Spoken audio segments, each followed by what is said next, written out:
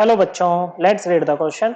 कह रहा है a gas with formula CnH2n+2। Okay बच्चों, किसका होता है? एल्केन का जनरल फॉर्मूला होता है ना बच्चों। ओके बच्चों, तो गैस है वो क्या है? एल्केन है, उसका जनरल फॉर्मूला हमें दे रखा है CnH2n+2।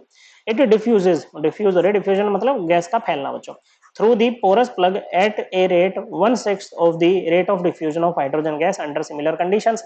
The formula of gas is. Okay, तो गैस का फॉर्मूला हमें बताना है।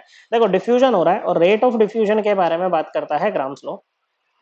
ओके, कौन बात करता है बच्चों? ग्राम्स लॉ बात करता है। ओके, ये क्या कहता है बच्चों? ग्राम्स लॉ ये कहता है कि किसी भी गैस का रेट ऑफ डिफ्यूजन ना इनवर्सली प्रोपोर्शनल होता है square root of its molar mass. Gas के मोलर मास के स्क्वायर रूट के इनवर्सली प्रोपोर्शनल होता है बच्चों।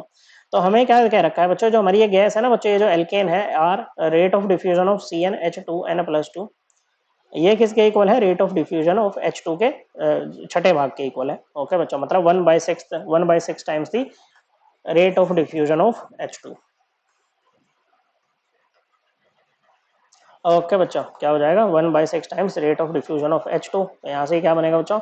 ये बन जाएगा आपका rate of diffusion of H2 upon rate of diffusion of our gas CnH2n+2 is equals to what? क्या है? 6 है बच्चों। अब देखो मोलर मास H2 का कितना आएगा बच्चों? H2 का मोलर मास आ जाएगा आपका, ये क्या आएगा बच्चों? 2 है हाइड्रोजन, एक हाइड्रोजन का 1 ग्राम पर मोल, तो आ जाएगा 2 ग्राम पर मोल बच्चों। और जो हमारा एल्केन है ना बच्चों, इसका मोलर मास मान लेते हैं कि ए ग्राम पर मोल है। कितना है? ए ग्राम पर मोल है, मान लेते हैं। तो किसके इक्वल हो जाएगा बच्चों? ये इक्वल हो जाएगा अंडर रूट ए अपॉन 2। ओके बच्चों, क्या हो जाएगा? अंडर रूट ए अपॉन 2। ग्राम पर मोल से ग्राम पर मोल कैंसिल। ओके बच्चों, ओके, तो हम मेनली ए की वैल्यू निकालेंगे, दोनों साइड स्क्वायर कर दो बच्चों, तो ये हो जाएगा a/2 इक्वल टू 36।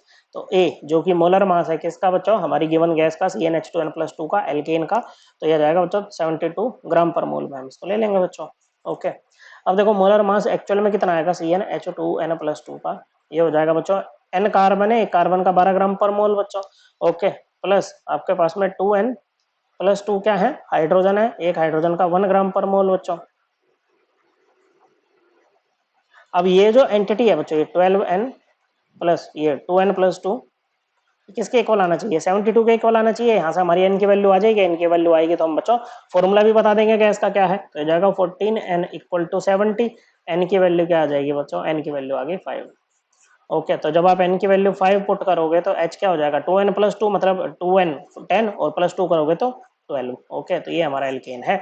ओके, नहीं तो हम ऐसा भी कर सकते थे। ओके, वो थोड़ा लंबा रूट पड़ता है कि हम इन सभी का मोलर मास निकाल के फिर इससे टैली कर लेते। ओके बच्चों, लेकिन उसके लिए फिर ये भी देखना पड़ता कि हाँ भाई फॉर्मूला हमारा फॉलो हो रहा है कि नहीं। ठीक है बच्चों, लेकिन हम ऐसे कर रहे हैं बच्चों, ये छोटा पड़ रहा है तो ये ज्यादा सही है। ओके, करेक्ट आंसर है ऑप्शन 3। आई होप आपको ये एकदम क्लियर हो गया होगा। थैंक यू बच्चों।